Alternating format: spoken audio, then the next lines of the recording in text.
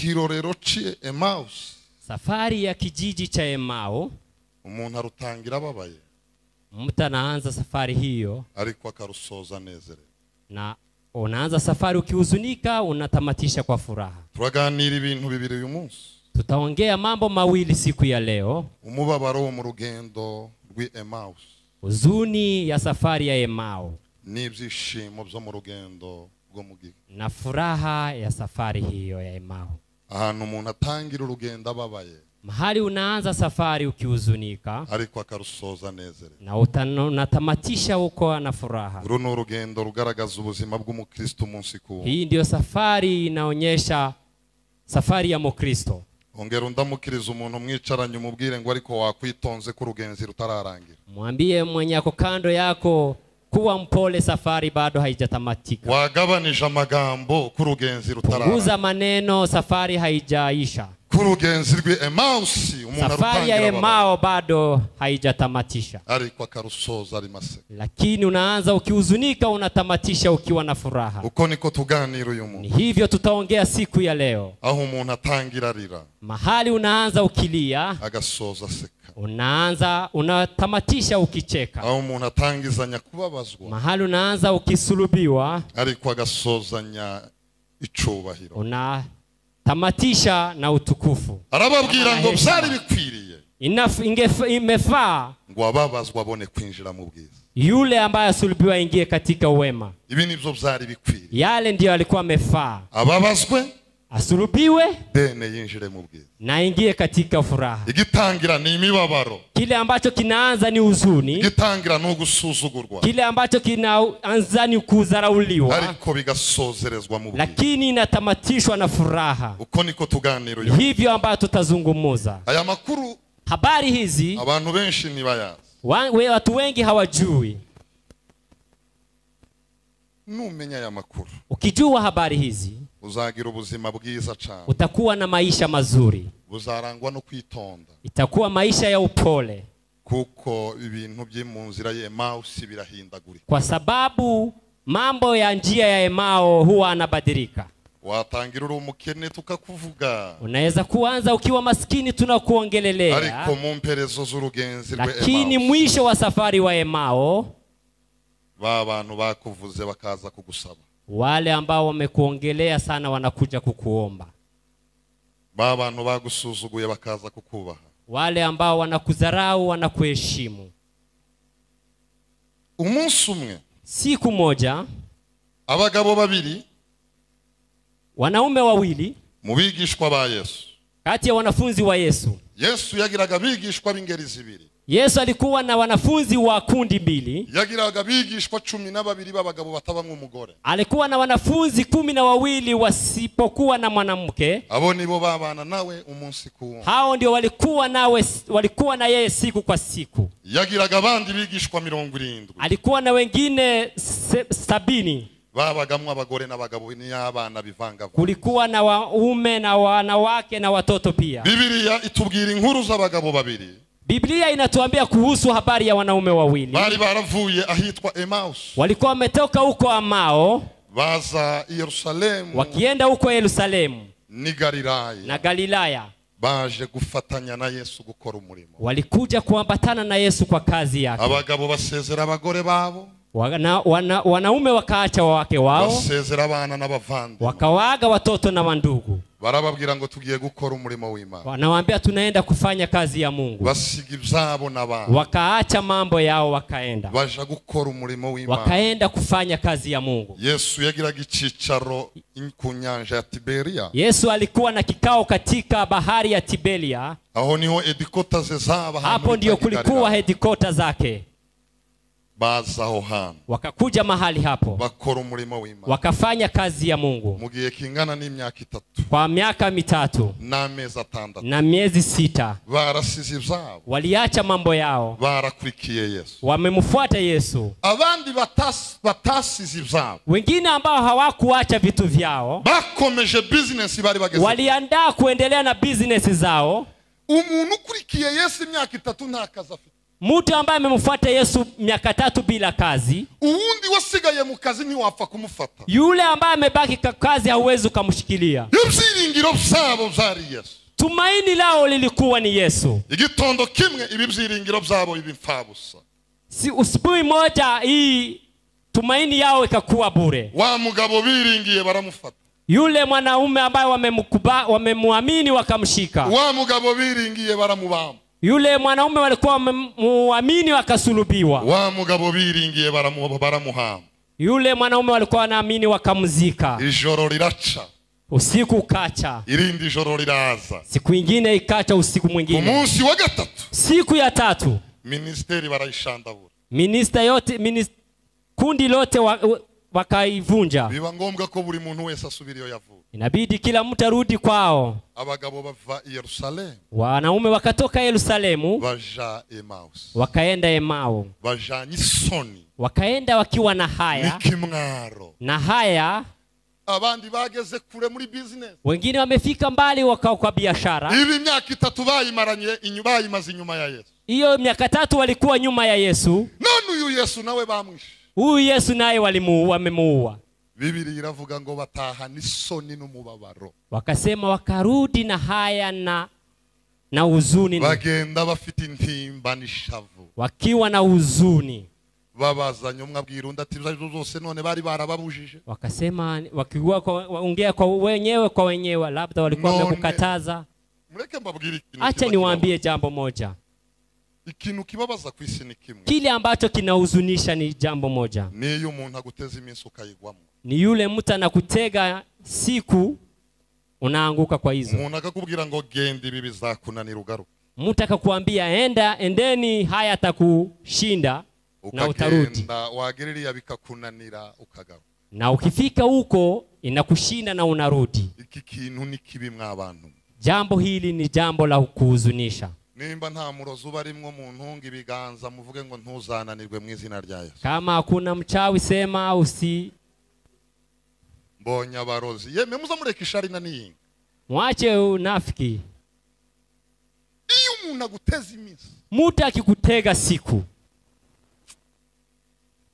Hanyuma ya minsi ukayigwamo. Na siku hizo unaanguka katika siku hizo. Uzugaruka nifunwe niso. Unakuja ukiwa na haya na huzuni. Ibi nibyo byabaye kuri aba bagabo. Ndiyo imekuwa katika wanaume hawa. Basa baganira.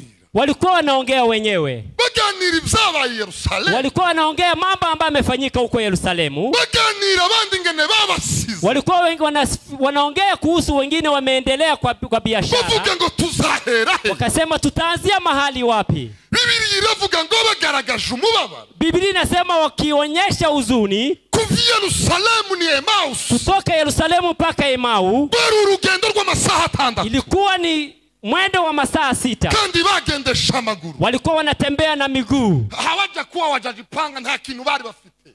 Hawana kuwa na kitu chochote. Ta farashi ntangamia. Hawana farashi, hawana ngamia pia. Barimo bagenda babona umugabo uje kuba joining urugendo. Walikuwa wanatembea wanaona mwanaume ambaye amekuja kuwa imarisha kwa safari. Bamwitegereje baravuga ati reka tumutegereze tukomezanye urugendo. Wakimtazama wanaona acha tumungoje tuendene pamoja kwa safari hii. Abantu babaye iwacu barabizi izo ngoro. Wale ambao wamekuwa huko kwetu wanajua historia hiyo. Bibiri iravuga ngo uwo mugabo araza. Wakasema mwanaume huyo akakuja. Bibiri iravuga ngo arababaza ngo mwabagabo. Akawaambia wanaume, gwese ko mugaragaje umubabaro. Mbona mnaonyesha huzuni? Ko mubabaye. Mbona mko na huzuni? Ariko indirimbo Olivier aririmbye muza mwayumva. Kuna nyimbo ndugu ameimba lakini mmetambua hiyo nyimbo hiyo? Nuko ntari Imana. Ni juu siko Mungu. No banje ngafunga nk'ikanisa nk'imyaka 3. Ningefunga kanisa kama miaka 3 hivyo. Abantu bakabanza bakumva Imana. Watu wanasikia Mungu ni nani. Hari indirimbo yaririmbye. Kuna nyimbo ambayo ameimba. Oba nkuyisubiramo nimbuke yaho yibuka. Unaweza kurudilia nyimbo hiyo? Naririmbye zinshi. Ya indi waririmbye. Ebeneza. Nacho.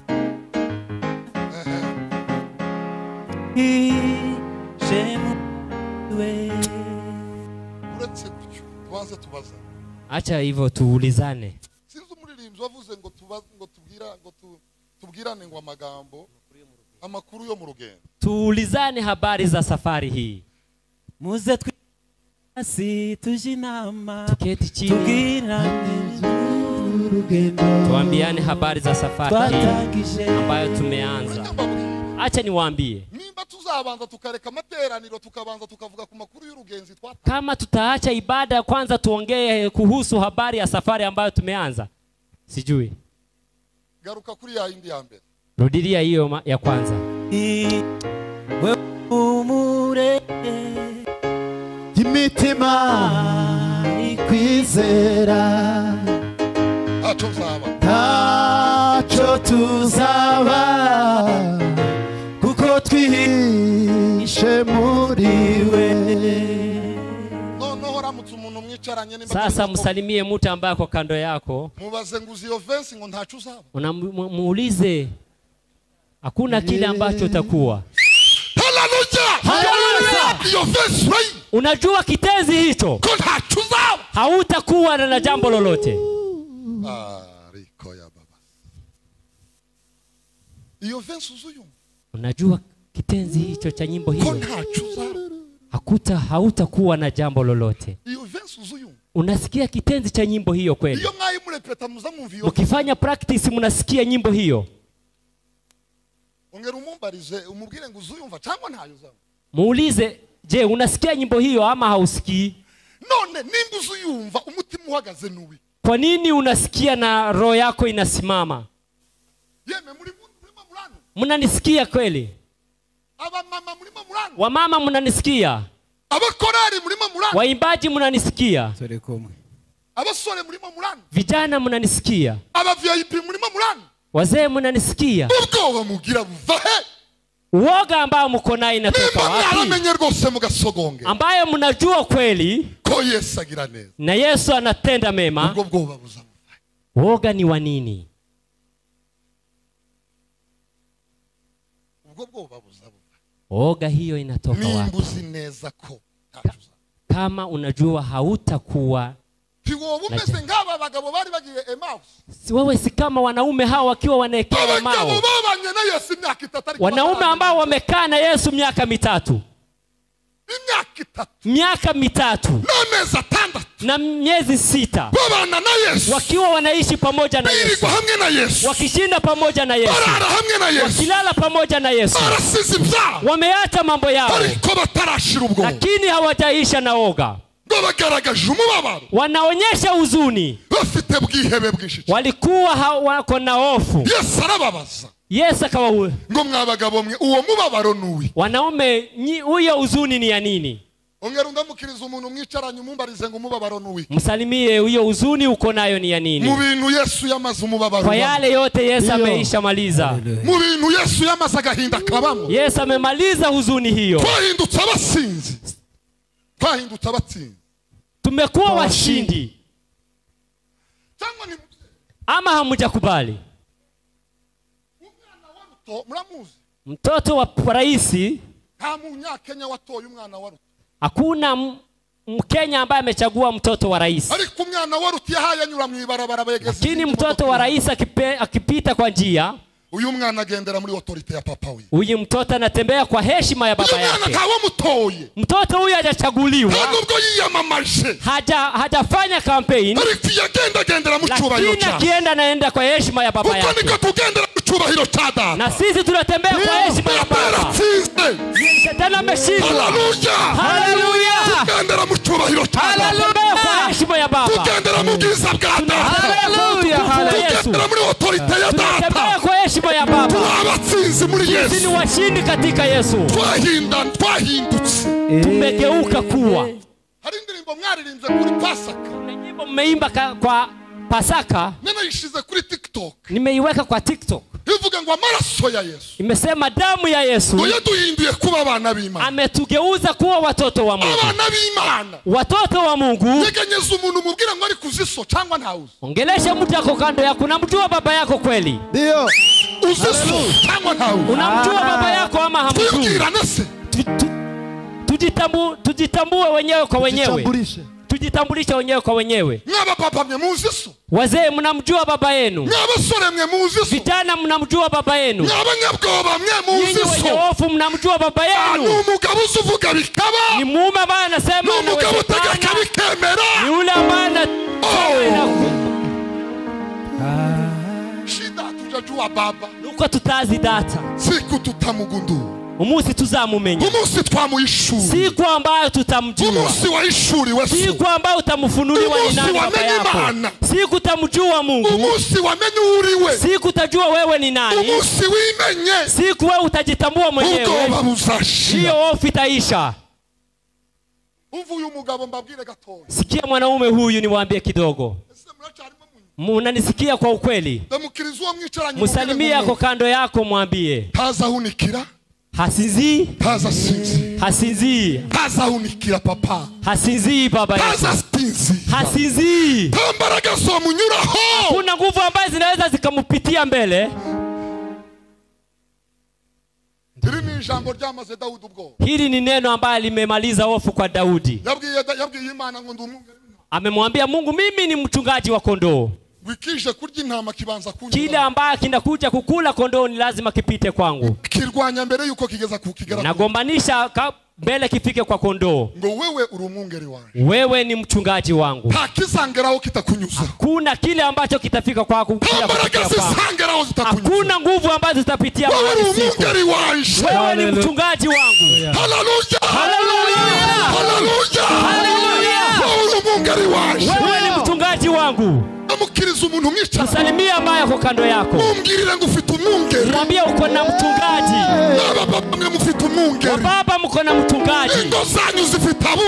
Boma zenu ziko na wachungaji. Toto wenu wako na mchungaji.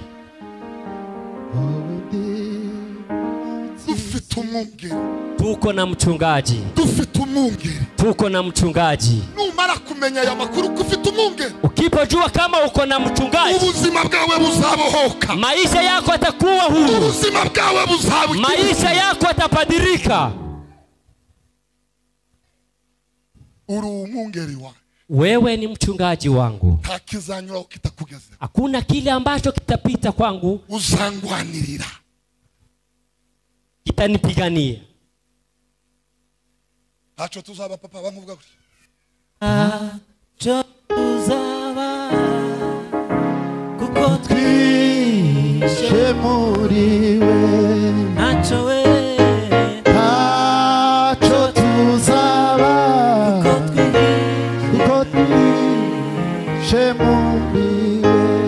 Hacho tuzaba. Hacho tuzaba kuko twishe muriwe. Ebeneza, Ebeneza, Manawa, tuzabuye. Ebeneza,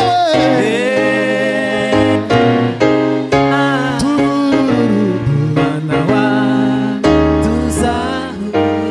Babagabo babiri. Wanaume wawili. Umwe ahindukirana umujinya mwinshi cyane.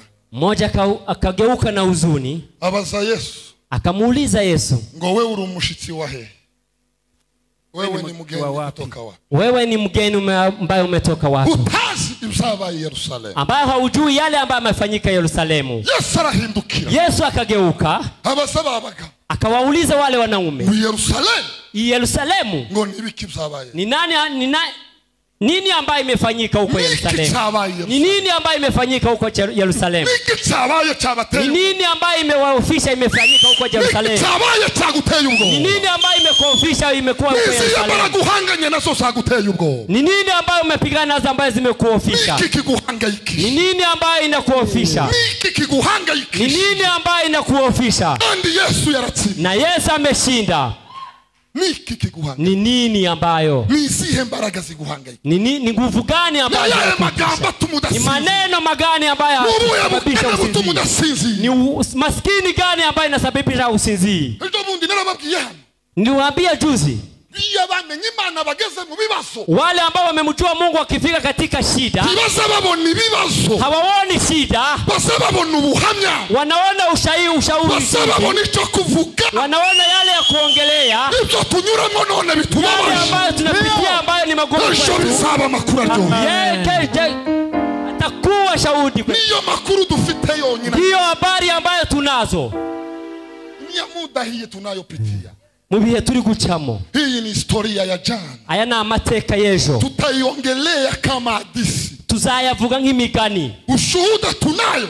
Ubuhamya dufite. Ni vita tunayopitia. Ni intambara twanyuzemo. Bila vita hakuna ushuhuda. Tudafite intambara nta buhamya. Bila vita hakuna ushuhuda. Tudafite intambara nta buhamya. Vita tunayopitia. Intambara ducamo. Ndio ushuhuda wa kesho. Nibwo buhamya bw'ejo. Yale yanayoonekana kama machungu. Haleluya. Kesho ataonekana kama ushuhuda. Yale ambayo tunapitia. Haleluya. Haleluya. Taki dufite cyo kuvuga. Hakuna jambo unalo la kuongelea. Ni maisha hii ambayo unatembea nayo. Kama leo unapokosa cha kupea watoto, nimbo wabuze icyuha abana, kesho itabaki historia. Ejo bizasigara ari amateka. Kama leo wewe ni mgonjwa, nimba none urwaye, kesho ni historia. Ejo ni amateka. Kama leo wewe ni maskini, wewe ni muri umukene none, kesho ni historia. Ejo ni amateka uzavuga. Tunayo ushuhuda. Dufite ubuhamya kupitia vita. Kunyutiye mu ntambara ducamo. Mbakubwire juti. Vita ya Mkristo. Intambara z'umukristo. Ushuhuda wa kesho. Ubuhamya bw'ejo. Haleluya. Haleluya. Haleluya. Haleluya. Hatuna ushuhuda nyingine. Ubuhamya niki? Isipokuwa vita. Atari intambara ducamo. Acha watu wakusengenya. Reka abantu bakuvuge. Hayo ikishapita. Ayo nibimara gutambuka. Itabaki ikiwa historia. Bizaguma ari amateka gusa. Biblia inasema ya kwamba Biblia ivuga ngo Yesu alisulubiwa msalaba. Yesu yaratotwejwe ku musaraba. Ili leo tupate cha kusema. Kugira ngo uyu munsi tugire icyo tuvuga. Asingesulubiwa. Iyo ataza kubamba. Hatungepata cha kunena. Nta jambo twari dufite. Sikia nikwambie. Umva nkubwire shuti. Shida Ayubu. Shida za Ayubu. Ibigaragazo bya Yobu. Shida za Ayubu. Ibigaragazo bya Yobu. Kimetupea cha kusema. Yaduhaye byaduhesheje kuvuga. Sisi wainjilisti. Twebwe abavuga butumwa. Ayubu asipopitia shida. Iyo badaca mu ntambara. Hatungepata cha kusema. Twari dufite ijambo. Twari kuvugika. Tungeongea nini? Iyo badahura n'ibya. Yo Ayubu angepitia shida tungeongea nini? Twari kubabwirika. Tungewaambia nini? Amen. Hallelujah. Yeganyeza uwo mwicaranye. Mtingise ambaye ako kando yako. Mubwire ngo nta bibazo mfite. Umwambia sina shida. Mfite ubuhamya. Niko na ushuhuda. Haleluya. Haleluya. Haleluya. Haleluya. Hey! Atukuzwe.